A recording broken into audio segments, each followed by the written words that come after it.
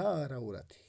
وہ مزاجدار کے سامنے اس انداز سے بیٹھی اور باتیں کر رہی تھی وہ عورت حجن ایک دیندار عورت بن کر. کہتی نہیں نہیں نہیں نعوذ باللہ ایسی بات مت کو، وہ تو ایک دیندار عورت ہے. اس کے بعد ہم اور ایک پیراگراف میں جاتے ہیں. اس کے واقعے کے بعد وہ چلی جاتی ہے، وہ سامان وامان دے کے ہزار بند وغیرہ جو کچھ بھی تھی. اس کے بعد وہ منتیں کی، ہم نماز پڑھتے ہیں، وہ عورت حجر نے اس کو منتیں کی تھی کہ بی اما آپ کب تک آؤ گی. اس نے کہا میں ہر 1-2 دن کے بعد آؤں گی، کیونکہ مجھے موم گدے کے چھتے میں اپنی بانجی کی علاج کرنا ہے، فرصت ہی نہیں ملتا ہے. اوکے آگے. اس وقت 4-5 دن کے بعد حجر نقلی موتیوں کی کیا کرتی ہے جوڑی لے کر آئی. کیا کرتی ہے وہ؟ یہاں پر 4-5 دن کے بعد حجر نقلی موتیوں کی جوڑی لے کر آ گئی. اس نے کیا کیا؟ ایک نقلی جو موتیاں تھی اس کا ایک جوڑی اس نے اور اس حجر نے لے کر آئی، کیونکہ اس نے وعدہ کیا تھا جو بھی چیزیں بیچنے کے لیے میں تمہارے پاس لاؤں گی. پھر اور مزاجدار سے کہا اصلی ہے. چالاک عورت تھی، اور اس نے کیونکہ پہلے اس نے اس کو ڈھانپ لیا تھا، جان سے لیا تھا بھائی یہ تو میری باتوں میں جلدی آنے والی ہے، اس لیے اس نے ہر آئے دن ایک ڈرامہ کیا اس کے ساتھ. تو یہاں کہتی ہے ارے، اور مزاجدار سے کہا یہ تو اصلی ہے. اور کیا کہتی ہے؟ اصلی ہے. اس کے بعد کہتی ہے 1000، یہاں پر دیکھو اصلی ہے 1500 سے کم نہیں ہے. اس کی قیمت وہ بتاتی ہے، یہ تو 1500 سے کم اس کی قیمت نہیں ہے. اور کہتی ہے اچھا کم نہیں ہے. جوہری نے تو 200 روپے میرے ہاتھ میں تھما دیے تھے.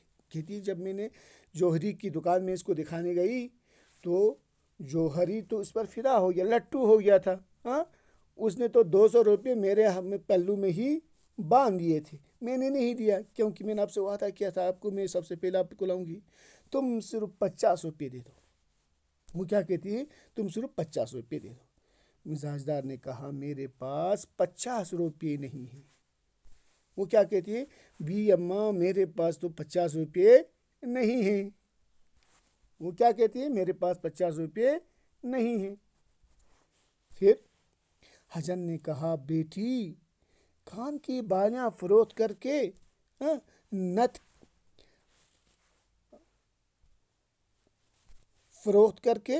نت کے لیے موتی لے لو.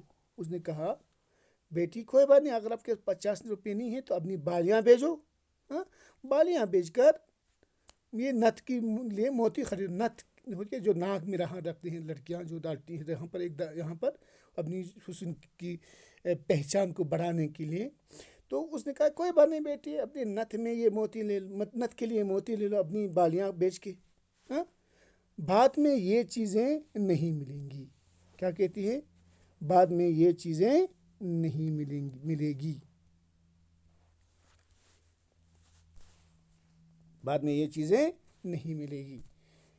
مزاجدار نے زیورات کا صندوق چلیا.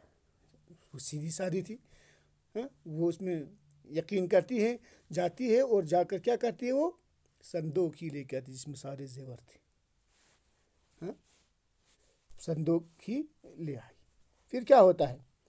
حجر نے زیورات دیکھ کر کہا، جیسے ہی اس نے صندوق ہی سامنے لے آیا تو کیا کرتی ہے؟ حجر نے دیکھا کہ وہ بغیر صحیح ڈھنگ سے وہاں پر بڑے تھے. وہ کہتے ہیں ارے بیٹی یہ کیا کر کے رکھا ہے؟ گاجر مولی کی طرح آپ نے یہاں پر زیورات رکھا ہے. دیکھو میلے ہو گئے ہیں، میل زیور کو کھاتا ہے. آپ نے کیا کیا ہے؟ چلو اس کو. یہ کیا کرتی ہے؟ وہ کہتی ہے آپ دیکھیے کیا کیا ہے. ارے یہ زیورات خراب ہو گئے ہیں. وہ کیا کہتی ہیں؟ ارے یہ آپ نے زیور کس طرح کے ہیں؟ زیورات تو خراب ہو گئے ہیں. انہیں فوراً کیا کرو؟ انہیں فوراً سنار کے پاس لے چلو تاکہ وہ صاف کر کے دے. کیا کہتی ہے؟ انہیں جلدی سے جلدی سنار کے پاس لے چلو تاکہ وہ صاف کر کے دے. حجر نے زلفن کو ساتھ لے چلی اور زلفن سے کہا. حجن نے یہاں پر میں نے مختصر کرے خلاصہ ہے تو ناول میں ہم نے پڑھا تھا، جیسے کہتی ہے جلدی سے جلدی ہمیں اس کو سنار کے پاس لے جانا چاہے. اگر اس سے پہلے پوچھا تھا کہ آپ اس کو صاف کیوں نہیں کیا، تو کہتی ہے ابھی اماں میرے پاس فرصت ہی کہاں ہے، جب میں اس سے کھیتی ہوں اس سے مطلب میں نے ناول میں آپ کو کافی تفصیل سے بتایا تھا، اس سے ہاں عاقل سے مراد یہاں پر اشارہ کر کے کہتی ہے نا. تو جب میں اس سے کہتی ہوں تو وہ کہتا ہے میرے پاس فرصت ہی کہاں ہے. تو کہتی بیٹی کوئی بات نہیں، چھوڑو، لاؤ یہ موتی رکھو اپنے پاس، مفت میں دیتی ہو، یہ رکھو اپنے پاس. ہاں چلو ہم اس کو کیا کرتے ہیں، جو زیورات ہے جس میں ڈوری ڈالنا ہے اس میں ڈوری ڈالتے ہیں، جس کو صاف کرنے کی ضرورت ہے اس کو صاف کرواتے ہیں. یہ کہتی ہے. اور کہتی ہے بھی اماں جو حجن مزاج دار سے کہتی ہے چلو آپ مجھے زلفان کو بھی میرے ساتھ بھیج دو. اور اس نے یہاں لکھا ہے میں نے زلفان کو ساتھ لے چلی. اس نے کہا جب مزاج دار نے بھی حامی بھر دی تو وہ کیا کرتی ہے، زلفان کو اپنے ساتھ لے چلتی. ہاں لے چلی. اور کیا کرتی ہے، حجن نے زلفن کو سیل لے چلی اور زلفن سے کہا ارے کان کی بالیاں گھر میں چھوڑ آئی ہوں. تھوڑی دیر جب زلفن کے ساتھ وہ چلی جاتی ہے، زیورات الگ کرتی ہے، جس کو کہتی ہے جس کو ہم ڈورا ڈالنا ہے اس کو الگ کریں گے، جس کو سنار کے پاس لے کے صاف کرنا ہے اس کو الگ کریں گے. الگ کرتے کرتے زلفن سے کہتی ہے ارے بیٹی یہ کیا کان کی بالیاں گھر میں چھوڑ آئی ہے. چالاکی سے کہتی تاکہ زلفن کو واپس گھر بھیجے. ہاں ارے کان کی بالیاں گھر میں چھوڑ آئی ہوں، فوراً جا کر لے آؤ. زلفن کو بیچتی ہے اور کہتی ہے جاؤ جلدی جا کے ہاں اس سے لے آؤ. کیا لے کے آؤ، ہاں کان کی بالیاں لے کے آنے کے لیے وہ کہتی ہے. اور زلفن دوڑتی چلی گئی. کیا کرتی ہے، زلفن دوڑتی چلی گئی بالیاں لانے کے لیے، اور مزاجدار سے بالیاں مانگی.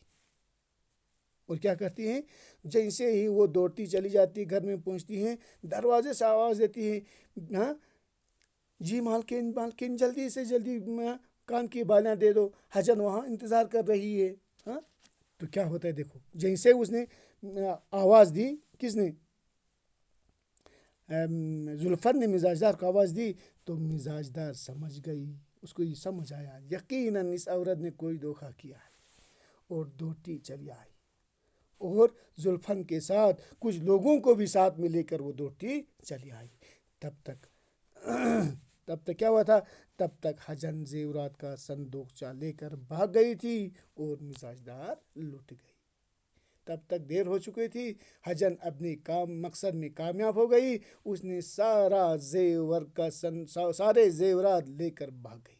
دوڑتے دوڑتے سارے لوگ کہاں پہنچ گئے، اس جگہ جہاں پر پہلے کہا تھا اس نے موم گھرے کے چھتے میں، وہاں پہنچے. لوگوں سے دریافت کیا تو کہاں کوئی ایک عورت ہاں 1 مہینے پہلے کسی کمرہ لے کر